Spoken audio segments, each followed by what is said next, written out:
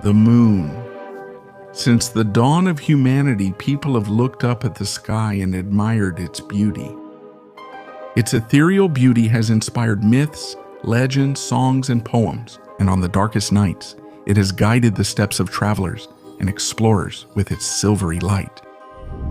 Even though people from all places and all eras have observed and studied the moon for thousands of years, the origins of our satellite remain shrouded in mystery to this day.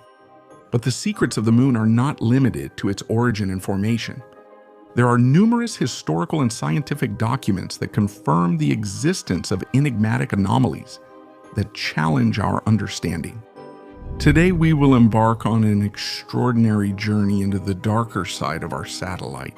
We will listen to incredible historical testimonies, observe inexplicable events with our own eyes, and analyze bold theories that revolutionize our perception of reality. But before we begin this exciting journey full of shocking and mysterious events, as always, we invite you to subscribe to the channel to support our work and not miss any new videos. Did you see that light? It's incredible. Can you pinpoint its exact location? I couldn't say. It's out there and it's following us. On July 20, 1969, Apollo 11 made history as the first manned spacecraft to land on the moon. This was only the culmination of a long space race that for years saw the Soviet Union and the United States competing against each other. For decades, the competition for the conquest of space involved the best minds and the most advanced technologies in the world. For the two world powers, conquering space meant not only achieving scientific and technological supremacy, but also exercising strategic control over the skies of the entire planet. Those years were also years of construction. E del braccio di ferro fra Unione Sovietica e Stati Uniti. The space race, therefore, was not motivated only by pioneering spirit and scientific interest, but also by political balance and global geopolitical interests. To briefly summarize these hectic years of achievements and records, we can say with certainty that until 1969, the Soviet Union was clearly ahead. In fact, it had managed to surpass the Americans in all the main milestones. The Soviet Union was actually the first country to send a living being into space, first with the dog Laika, and shortly after with the cosmonaut Yuri Gagarin. They were the first to send a probe to the moon, the first to photograph the far side of the moon, the first to send a woman into space and to perform a spacewalk, and finally the first to send a probe to Mars and Venus. Until 1969, the Soviets were at the forefront of space research, causing quite a bit of fear among the Allies. With the moon landing, the United States achieved their first major milestone, a milestone they repeated with 6 more missions in which astronauts set foot on the surface of our satellite. If the success of the Apollo missions had re-established a sort of parity between the two powers, the next step would have been to lay the groundwork for building the first human outpost on our satellite. Whoever managed to accomplish this feat would have achieved undisputed supremacy. To understand the magnitude of such an achievement, imagine a large-scale nuclear conflict. Whoever had control of the moon could have coordinated attacks regardless of what was happening on Earth. The Apollo missions therefore marked an extraordinary initial success. 20 missions had been planned, but with the 17th mission, after the 6th moon landing, the program was interrupted due to lack of funding and was consequently shut down. The Soviets also no longer tried to send men to the moon. They focused their efforts on creating a space station. This goal was later successfully achieved, and over the years, it would see collaboration between the Russian and American space agencies, at least up to the present day, where unfortunately, we know that the global balance of power is once again at stake. But what were the reasons that led to the end of the conquest of the moon? In 1976, a few years after the last moon landing, Bill Kaysing, a former employee of Rocketdyne, one of the companies involved in developing rocket engines for the Apollo program, published the book, We Never Went to the Moon.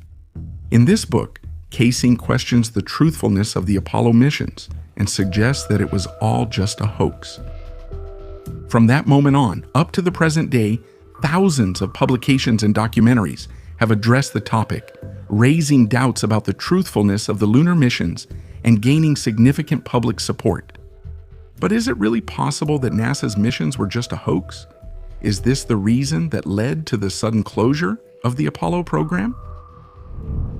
As mentioned at the beginning of the video, the space race was not driven only by pioneering and scientific interests, but also by geopolitical ambitions. By 1969, the Soviets had achieved the most important milestones in the space race, but they would not be able to keep up in the race to the moon. In fact, their project would fail miserably, and this happened because of the death of a mysterious figure. Behind all the Soviet space successes, there was in fact a brilliant man who often worked under a veil of secrecy and who was publicly referred to as the chief designer. His identity and his contributions became widely known only after his death. This man was Sergei Korolev. Korolev, in addition to being the driving force behind the most important Soviet missions, was also the head of the project called N1L3, which was supposed to take Soviet cosmonauts to the moon. But in 1966, due to some complications after a routine surgery, Korolev died, and with him, the most productive mind of the Soviet space program was lost. Korolev's death created several leadership problems within the Soviet space program's leadership, which fell behind in the race to the moon, and after a series of accidents, abandoned the idea of sending a cosmonaut to the lunar surface. But when, in 1969, American astronauts set foot on the lunar surface for the first time, the Soviets were not passive spectators of their success. In those days, with the Luna 15 project, they sent a probe to our satellite. The official purpose was to collect samples from the lunar surface.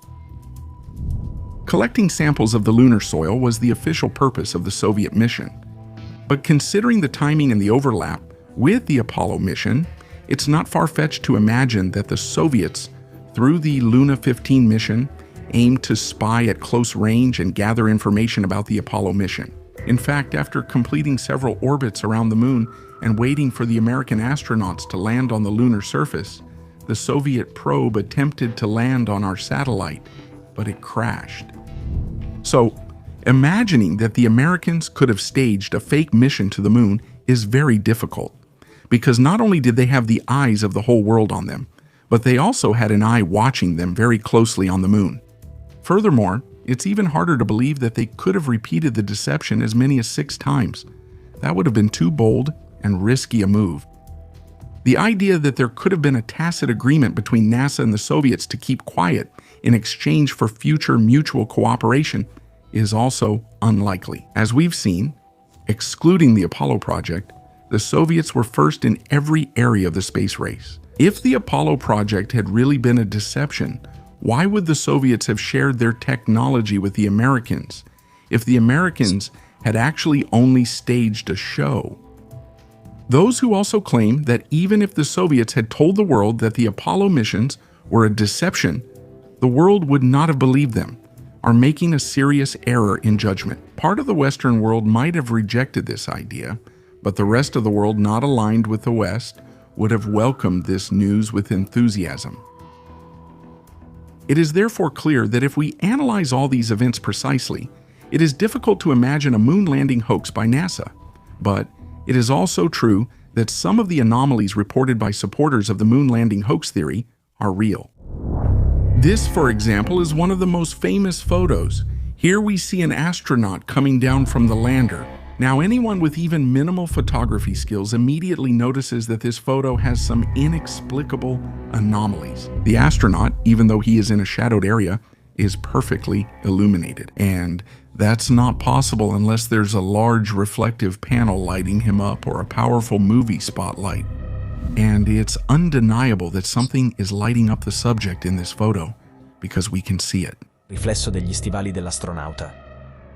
Someone tried to explain this anomaly by claiming that the astronaut in the shadow and the LEM itself were lit up by the reflection of sunlight, hitting the suit of the astronaut holding the camera. But that's not possible. To achieve a similar effect, you would need to use a reflective panel much larger than an astronaut's white suit. And so, unless there are physical and environmental conditions on the moon that are unknown to us. Questa spiegazione non è esauriente.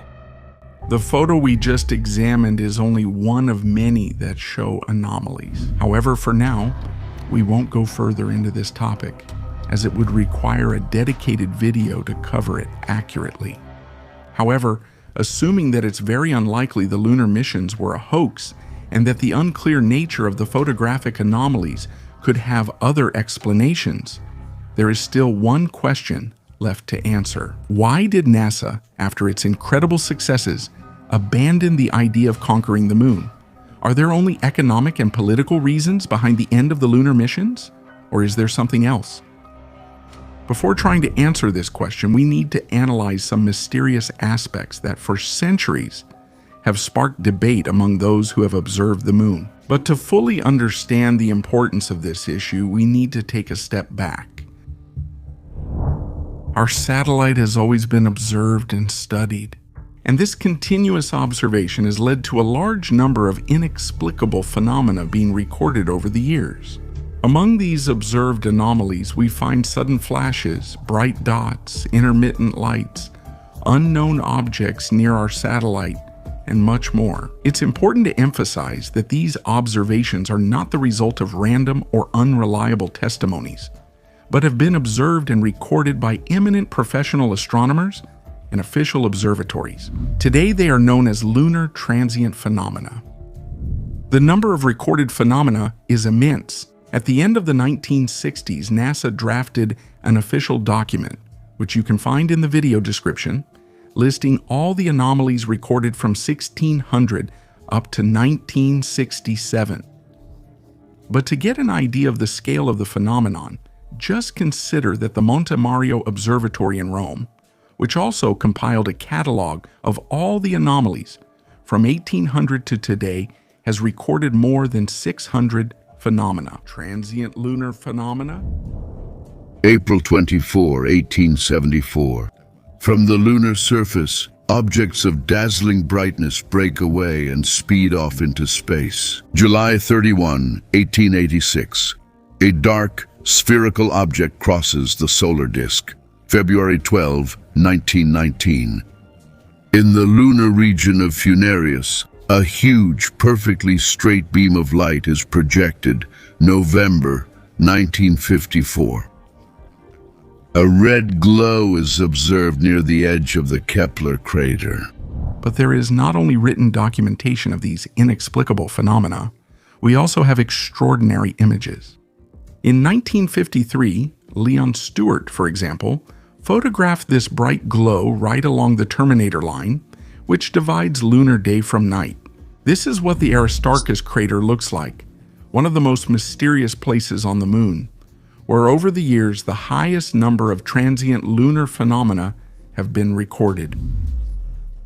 For example, they report having seen a strange glow around the crater.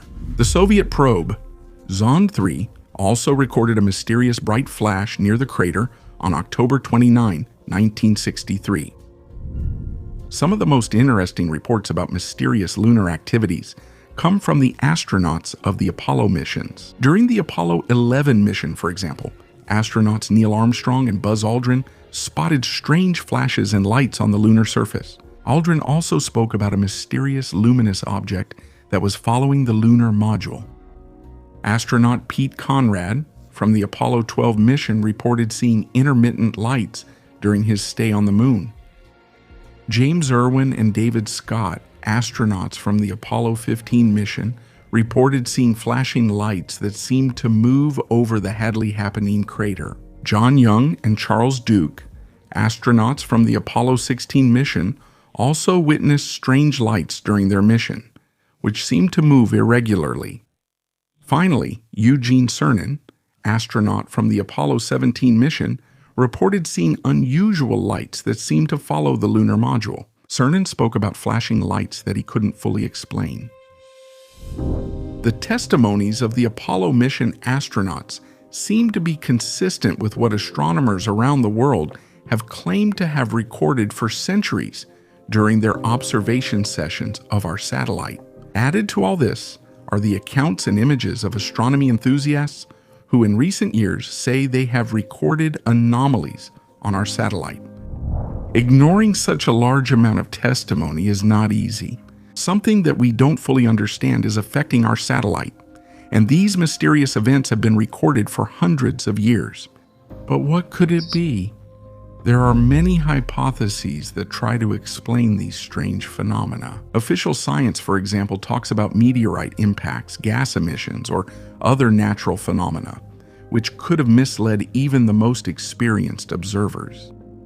Clearly, this huge number of anomalous events has given rise to less orthodox theories, which, as we will see, have involved unlikely figures and prominent people.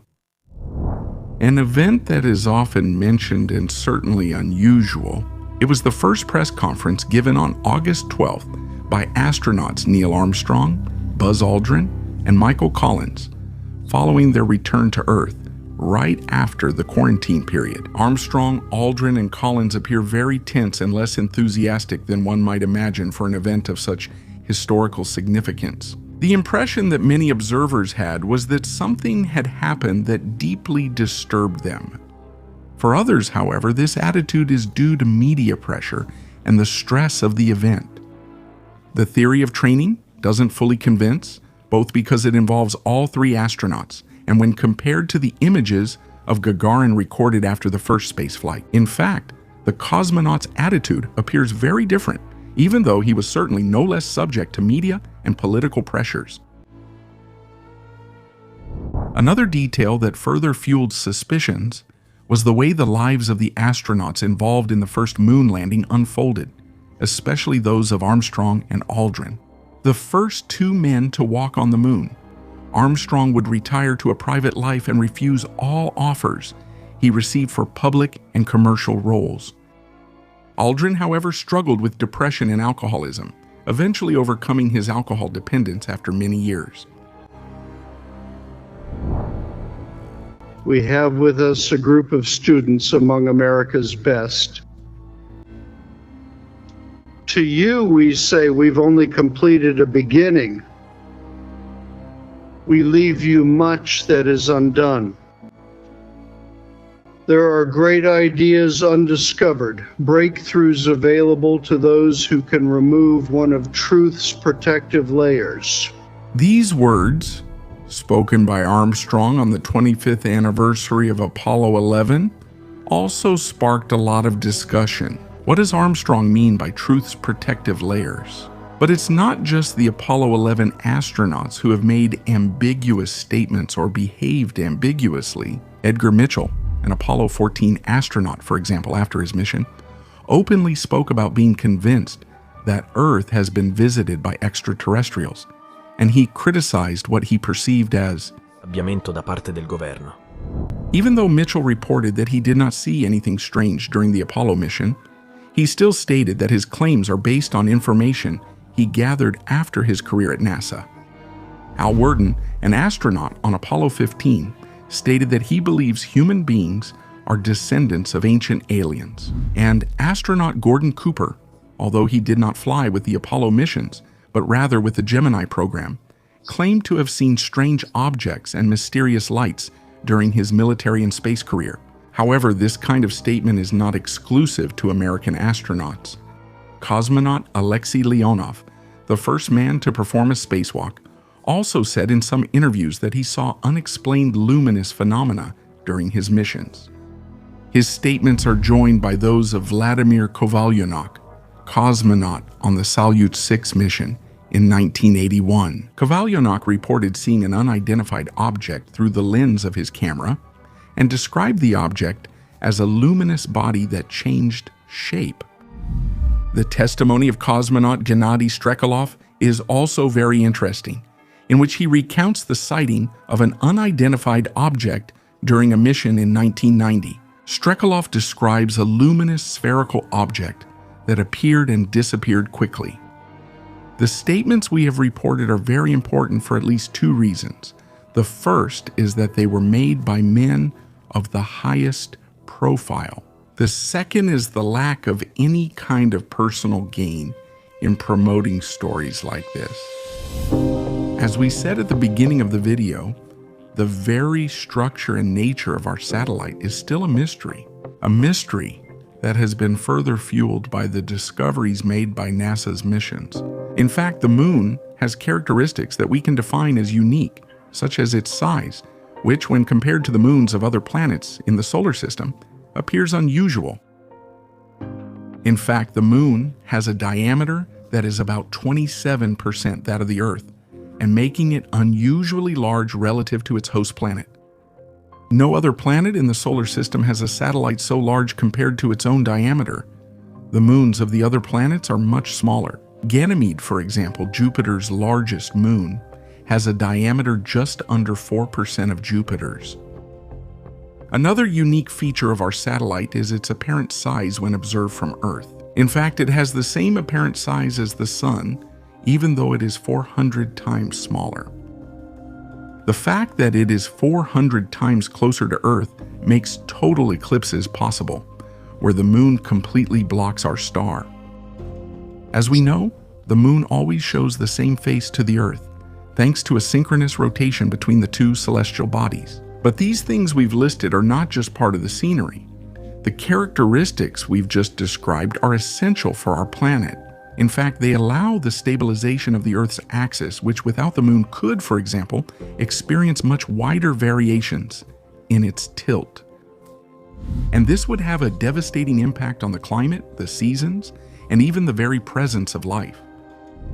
To try to understand more about the structure of our satellite, during the Apollo missions, the astronauts placed various seismometers on the lunar surface. And during the Apollo 12 and 14 missions, the lunar modules that made up the spacecraft were intentionally crashed onto the moon to generate seismic waves. What happened surprised everyone. The impact of the lunar module caused a quake that lasted for almost an hour, and this happened every time the experiment was attempted. This strange phenomenon indicated that the core of our satellite was not made of solid, hard rock, as had been imagined until then, but that it could have areas that were much less dense or even fluid. This discovery revived hypotheses about the origin of our satellite, which are still not entirely clear today. But at the same time, it inspired several independent researchers who went so far as to hypothesize that the moon was hollow inside and that its origin might not be entirely natural. If you want to learn more about this hypothesis, we discussed it in a video on the channel and we'll link it in the description. Another very curious phenomenon recorded by the Apollo missions is what became known as the rolling boulders. The astronauts' observations and the analysis of the images taken on the lunar surface have in fact highlighted the presence of huge boulders, which, without any apparent reason, move and leave drag tracks behind them. This phenomenon, photographed by the astronauts of the Apollo missions, has also been confirmed by more recent observations made with the new probes that have explored the lunar surface. An even more extraordinary fact is that these boulders have moved in recent years, meaning they appear in different positions compared to the first photographs taken during the Apollo missions.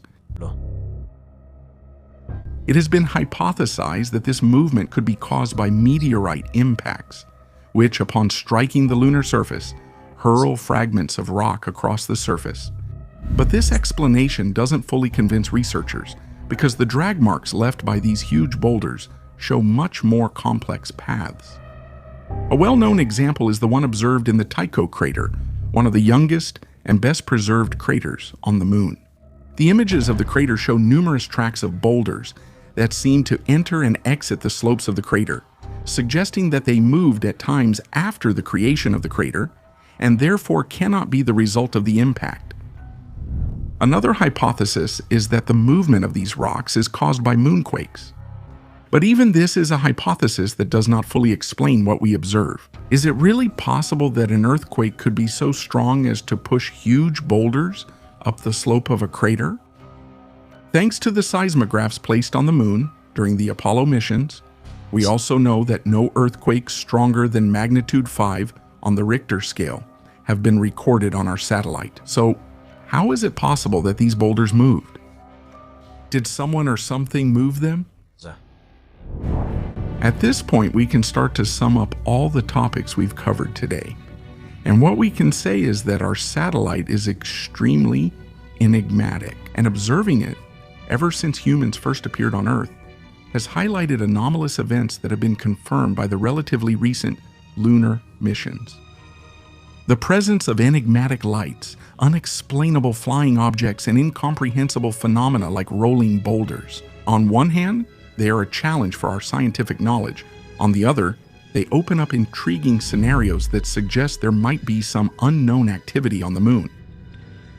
But what could be the origin of this activity? On top of all this, there's another question. Could the sudden interruption of the Apollo program have something to do with the presence of these mysterious phenomena? As we mentioned earlier, the Apollo program was suspended due to a lack of funding and political and scientific interest. As we know, the lunar program cost the U.S. administration huge amounts of money. But it's also true that by the time the program was shut down, the major costs related to technology development had already been incurred. And although the lunar missions were expensive, they were not higher than the costs that were later incurred to fund new space exploration missions. Let's think, for example, about the shuttle program, which over its years of operation ended up costing around $200 billion. In addition to this, the end of the Apollo program marked the end of a technology and a huge industrial supply chain that over the years had involved millions of citizens and scientists. But that's not all. It also marked the end of a possible colonization of our satellite. So is it possible to explain all this simply as a political and economic choice? Or is there something else we don't know about? Is it also possible that the anomalies recorded and witnessed over all these years played a role in the matter? The most extreme theories suggest that these phenomena are consistent with activities of civilizations other than our own, or rather that these strange phenomena could be the remnants of an ancient colonization of our satellite by an ancient advanced civilization that once existed on our planet. Clearly, we don't have an answer to this question, but what is certain, and what we've had the chance to see together in this video, is that the moon and everything connected to it is extremely fascinating and full of mysteries. But at this point, we're really curious to know your opinion. Write in the comments what you think, and if you like the video, don't forget to subscribe to the channel to support our work. See you in the next story.